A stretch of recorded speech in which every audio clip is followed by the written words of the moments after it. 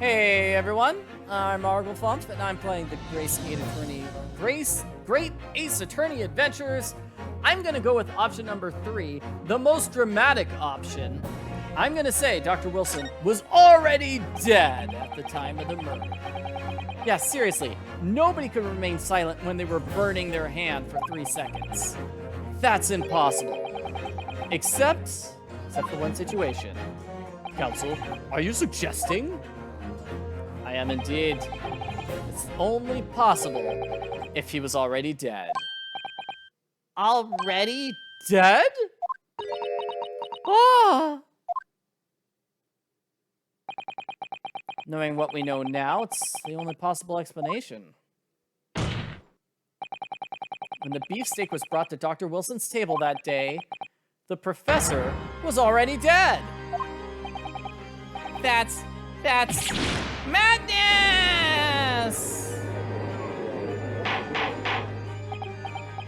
Order, please. Counsel, explain this absurd notion at once. The victim was killed by a gunshot. That's right. That's absolutely right, Your Excellency. This is just a ridiculous ploy by the rookie student. Clearly doesn't know the facts. No, Prosecutor Auchi. It's you who have no grasp of the facts. I beg your pardon. As soon as it became apparent the victim had suffered that burn while at the restaurant, the whole case was turned upside down. Or have you figured that out yet?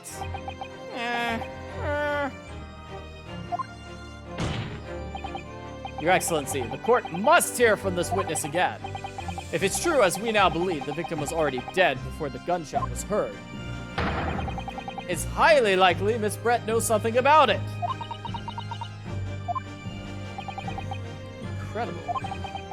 Certainly didn't anticipate this twist of events. I'm sorry to say, Miss Brett, you will have to forget your luncheon engagement. But Your Excellency, lunch is very delicious. The justice system in our country may be in its infancy, but rest assured, all reasonable doubt must be dispelled before I'm prepared to pass judgment. Thank you, Your Excellency.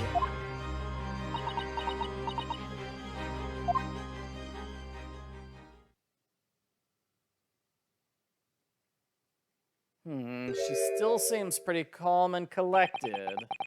What's that smile? Yes, of course. I mean, I'd be delighted to help. Especially if it helps relations between my country and yours. Oh no, she's been speaking Japanese this whole time? Oh, what a mean trick for her to play. Well, of course I do. I'm studying in your country after all. But why have you been using an interpreter? My mother tongue, the Queen's English, is the most refined and elegant language in the world. As a gentlewoman, I try to avoid speaking your vulgar tones as much as possible.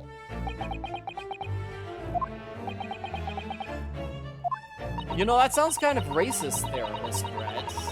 Yeah, I'm gonna call you out on that. That's kind of racist there. It seems the men in this land possess none of the chivalrous virtues of English gentlemen. So I can see I'll have to lower myself to communicate with you on your own level.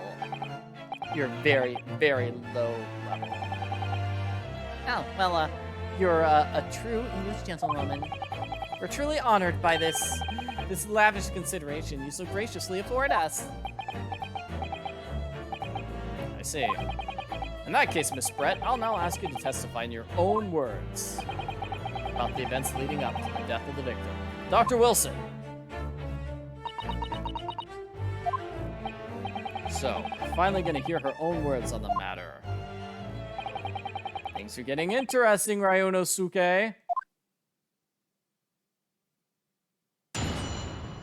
Witness testimony. The victim's death. Unfortunately, I have no idea when the poor man burnt his wrists like that. When the waiter brought my steak, the professor and I raised our glasses in a toast. As far as I've heard, the post-mortem report showed no other possible cause of death besides the gunshot. If there's some other way a man's life can be taken without leaving a trace, please do show me. But of course, this country's inferior investigative techniques probably wouldn't pick up on it anyway. So what, if he was poisoned, they wouldn't be able to prove it. That's what she's saying. That most captivating and beautiful testimony will go down in the Supreme Court's history. Thank you. Seriously? Come on, dude. I hope this is the last time I have to sully my lips with the coarse tones of your unbecoming tongue. Oh, forgive me. I hope I haven't insulted anyone. Not at all, not at all. It's a delight merely to hear you speak, my lady. It's very clear from your testimony that the boorish talk of the victim's burn is irrelevant. I'll be speaking to your country's Minister of Justice about what happened today. The Minister of Justice? May that irritating little bully of a student be given the harshest punishment possible. Amen. What? What? Is that some sort of weird prayer? Well, you'll have to forgive the irritation, Miss Brett, and put up with the cross-examination. I expect you've noticed this little bully of a student, as you put it. Doesn't miss much. I'm sure I don't need to remind you, counsel, that this will be your final cross-examination in the trial. Oh, man! Final cross-examination! We're getting close to the end of the trial. If you fail to demonstrate any problems with the witness's testimony, I'll be ruling on the case immediately. Is that clear? Oh, man. High-stakes drama. Slapping his face. Okay. Yeah, Ryunosuke is definitely getting ready for this. Yes, Your Excellency. Then proceed with cross-examination. Cross-examination. The victim's death. Unfortunately, I have no idea when the poor man hurt his wrist like that. Yes! Let me press that statement. Come on, 3 seconds. You could not have noticed that. I think so. Let me ask you something. Ever since I arrived in this courtroom, even still now, the fly on those black trousers has been wide open. How could you have not noticed that? Huh? What? Oh, no! What fun! You hadn't realized! Oh my gosh, you're an idiot. The lady's right! As your friend, you've embarrassed me as well as yourself, Ryunosuke. Why didn't you tell me? Dr. Wilson was a true English gentleman. He chose honorable silence over a vulgar scream. Can your tiny brains imagine that? Oh, yes, I think my tiny brain can. Yes! I can't! Anyway... When the waiter brought my steak, we raised our glasses in a toast. I'll take another look at that picture of the glass. Is there like... Okay, there's no visible marks on that glass. No visible marks on this glass. So it's not like there's like lipstick or anything to identify it. Yes! Let's press the statement anyway. As you testified before, you had carbonated water, that's right? What is the significance of the water being carbonated, I wonder? Dr. Wilson was only permitted to drink water, which is why he ordered that particular drink, right, waiter? Exactly as you say, sir. Although, whether or not the professor actually drank any of the water when I delivered the steak to the table, I'm afraid I don't remember that.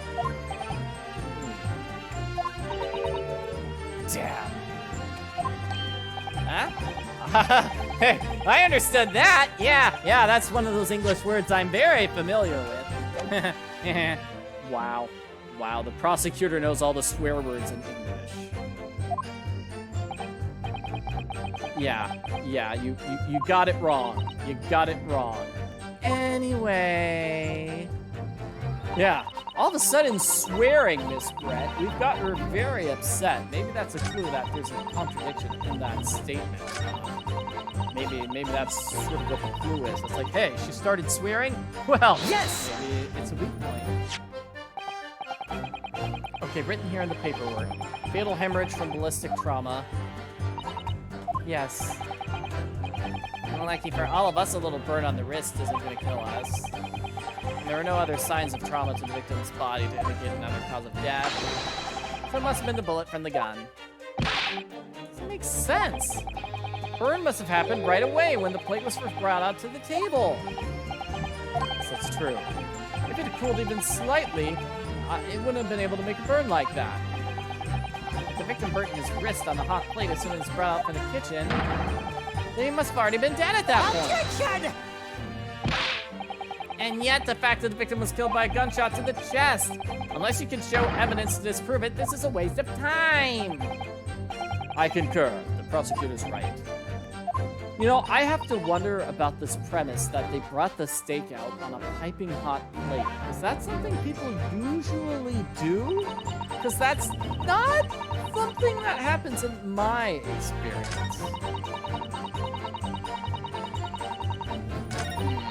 Let's see, is there some other way a man's life can be taken without leaving a trace? Yes! I will press this statement. Without leaving a trace. If somebody's shot or strangled or stabbed or thrown from a height, however the life is taken, there's always a trace on the body, right? Some sort of mark. Quite right, dear lady. And we thoroughly examined the body of the deceased, there's no doubt. Isn't that right, Inspector? As I've said, I always aim for a flawless investigation. There'd be physical traces from all those causes of death.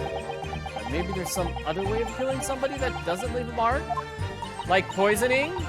If heaven forbid you doubt me, young man, you're gonna have to tell anyone exactly how you think the professor lost his life.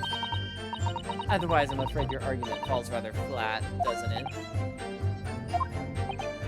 Oh no, perish the thought. Oh, calling your sweet innocence into question. I will cut down anyone who dare cast such aspersions. Killing that leaves no trace. We need some evidence here. Need some evidence. It really looks like that's an important statement. It feels like we need some sort of evidence here. Some evidence which proves a different way that we can take someone's life. Okay, shot. You know, my only guess is the carbonated water. But I just, I don't know. I don't know. I'm thinking poisoning with the water.